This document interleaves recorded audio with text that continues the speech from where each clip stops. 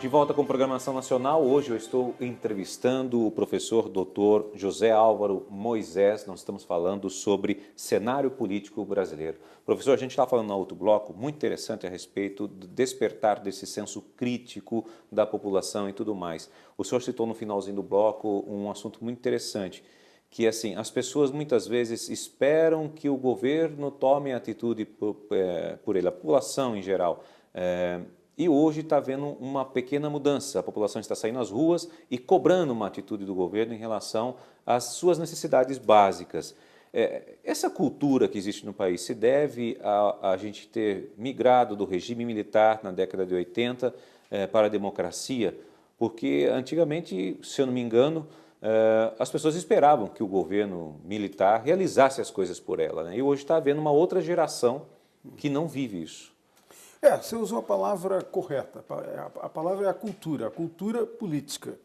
Né? Há na tradição brasileira, desde a formação do Estado brasileiro, com a colonização, a chegada da coroa de Portugal no início do século XIX, há sempre uma perspectiva de que as coisas vão sendo realizadas de cima para baixo e a sociedade, não é, se organizou pouco, a sociedade, alguns autores chegaram até a dizer, Oliveira Viana, Alberto Torres, não é, alguns ensaístas brasileiros muito importantes chegaram até a dizer que a sociedade não tinha propriamente uma espinha dorsal, não era capaz de estar de pé por conta própria, era preciso sempre a intervenção das elites ou de quem estivesse no Estado. Essa é uma transformação importante que está ocorrendo no país, né? Que é a ideia de que as pessoas estão perdendo, de que é só esperar que o governante vai fazer. Veja, nós tivemos na história brasileira, nos anos 50, nos anos 60, uma tradição populista muito forte, com Getúlio com Adhemar de Barros, sim, com João Goulart e mesmo com Jânio Quadros aqui em São Paulo. Era a ideia do governante, não é, carismático, que era capaz de fazer tudo. É o nosso pai que vai realizar tudo. O pai realizador, mas ao mesmo tempo tem um elemento que está implícito na sua pergunta, que é um elemento de passividade dos cidadãos. Os cidadãos não fazem. Os cidadãos ficam em casa, eles entregam para as autoridades. Eu acho que é exatamente nesse terreno que está havendo uma mudança. A mudança vem dos segmentos mais jovens, mas a mudança também vem principalmente da experiência democrática. Eu acho que isso é uma coisa muito importante para comparar com o período da ditadura militar, com o período autoritário. No período autoritário, as coisas todas eram feitas, ninguém tinha nem a oportunidade de contestar, mas muitas vezes não tinham nem informação do que estava acontecendo. Nós não sabíamos direito que decisões estavam sendo tomadas no plano econômico, no plano da política, no Congresso ou pelo governo.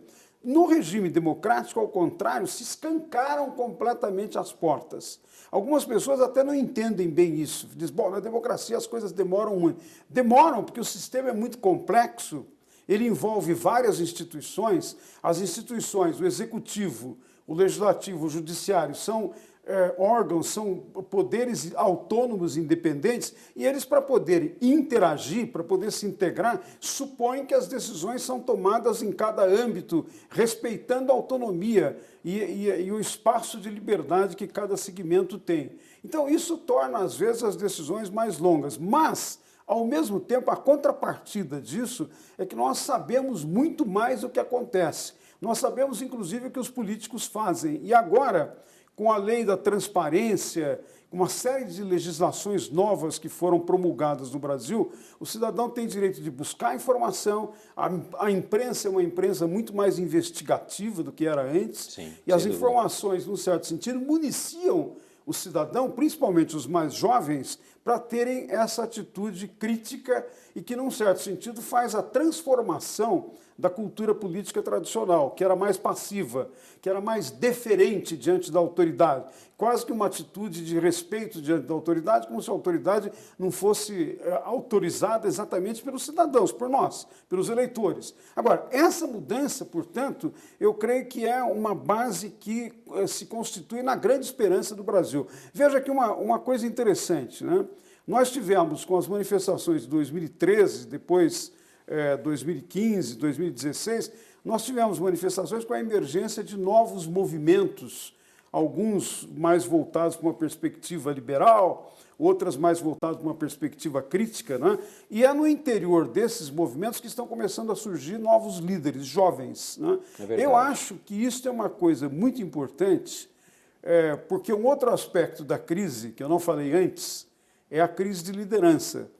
Você não pode, num país de mais de 200 milhões de habitantes como o Brasil, uma sociedade complexa como é o Brasil, no meio de uma crise tão grave, ter apenas uma ou duas pessoas que apontam perspectivas para onde nós vamos. Você precisa ter um certo punhado de líderes, de estadistas, capazes de criar confiança, não é? Estabelecer uma relação consistente com a população. Nós não estamos tendo isso. Eu vejo nessas lideranças novas que estão surgindo essa possibilidade de transformação. Vai tomar algum tempo, vai demorar algumas décadas, mas nós vamos ter, eu acredito, uma perspectiva nova desse ponto de vista no Brasil. Bom, professor, o senhor está falando num assunto muito interessante que, olha, tem uma pergunta aqui que eu gostaria de fazer para o senhor. Está em andamento o processo de impeachment da presidente Dilma. O principal argumento para esse processo são as pedaladas fiscais. Muitos alegam que elas sempre existiram e que apenas agora virou crime. Como o senhor analisa esse processo diante desse cenário que o senhor está falando? Eu acho que tem duas coisas a considerar. A primeira é que impeachment no sistema presidencialista, diferente do sistema parlamentarista, é uma coisa que só ocorre quando tem abuso do poder.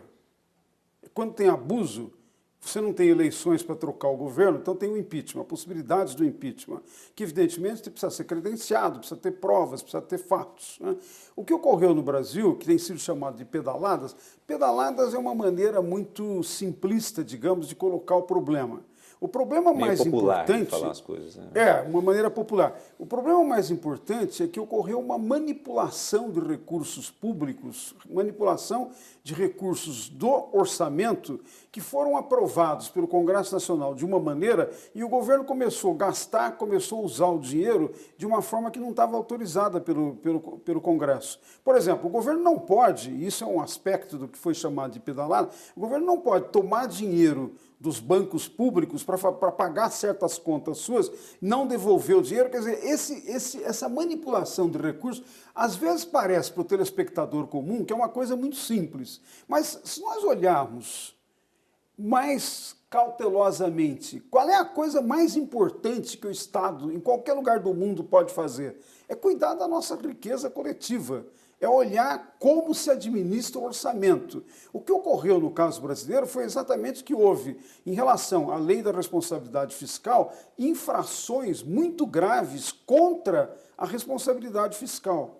Não é? Isso levou a que o Tribunal de Contas condenasse as contas da presidente Dilma de 2014 e apontasse que estava havendo problemas já em 2015, que é o primeiro ano do segundo mandato. É isso que configura a razão fundamental para ter sido feita a denúncia do impeachment. Num primeiro momento, a Câmara dos Deputados aprovou a admissibilidade e agora o Senado está examinando as circunstâncias disso. Eu acho que aqui uma coisa muito importante a levar em consideração, para inclusive indicar um estágio da qualidade da nossa democracia, é que, primeiro, numa circunstância de abuso do poder, nós estamos tendo instituições para coibir o abuso. A Polícia Federal, o Ministério Público, a Justiça Federal, Congresso Nacional, todas essas instituições estão funcionando bem para coibir o abuso. E segundo, não é? Ao se coibir o abuso, está se abrindo a perspectiva de que o país entre numa outra fase. Eu acho que, num certo sentido, a dimensão política da crise, não é? Que levou a uma descoordenação do governo e, por isso, também as taxas de impopularidade da presidente Dilma, que são muito altas, mais de 70% das pessoas entrevistadas rejeitam o governo.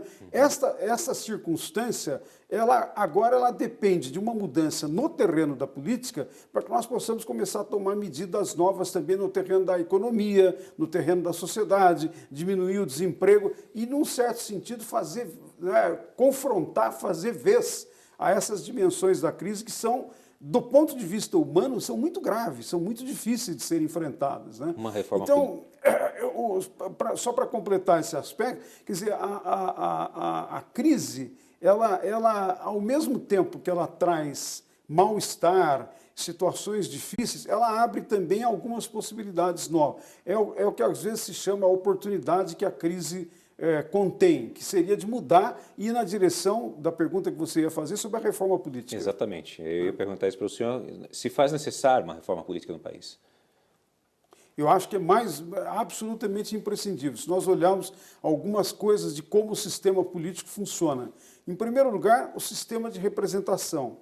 O sistema de voto proporcional por lista aberta, que funciona no Brasil, significa que nós elegemos deputados, vereadores, senadores, etc., sem que haja um mecanismo pelo qual o eleitor pode cobrar do seu representante o que ele está desempenhando. Essa relação completamente perdida entre representado e representante rebaixa a qualidade do sistema democrático, porque as pessoas não se sentem representadas, as pessoas não sentem que o que elas querem dizer ao sistema político, os seus interesses, as suas preferências, que isso não está sendo incorporado pelo sistema. Então, nós precisamos enfrentar, em primeiro lugar, a questão da representação. Eu defendo como substituição ao regime que existe hoje no Brasil o voto distrital em pequenos distritos.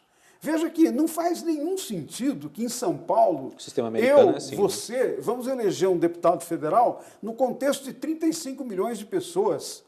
Uma comunidade de 35 milhões de pessoas não tem a menor possibilidade de saber exatamente o que nós queremos do deputado que nós queremos eleger. É quando você tem pequenas comunidades, como é o sistema do voto distrital, quando você tem pequenos distritos, que pode haver um debate, pode haver uma cobrança, e cada partido apresentar no distrito apenas um candidato. Isso simplificaria muito a eleição e, ao mesmo tempo, tornaria os custos das campanhas eleitorais muito mais baixos, muito mais reduzidos. Mas tem uma segunda dimensão extremamente importante da reforma política, que é o problema do funcionamento dos partidos.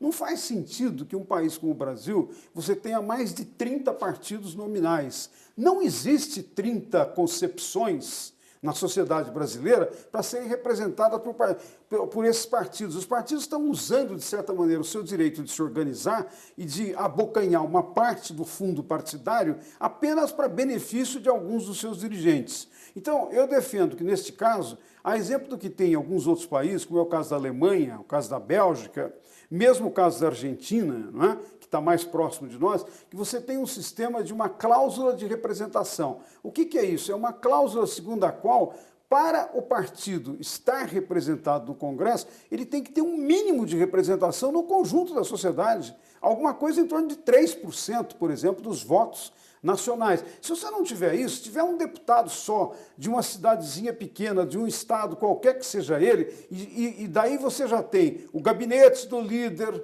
o recurso do fundo partidário, o direito de ir ao horário eleitoral gratuito, tudo isso distorce o sistema partidário e nós temos uma fragmentação muito grande que não ajuda os governos a governar. Para governar, o governo precisa ter uma relação com um número relativamente reduzido de partidos que permite uma negociação. Sim. Uma negociação aberta aos olhos do público, para o público saber o que está...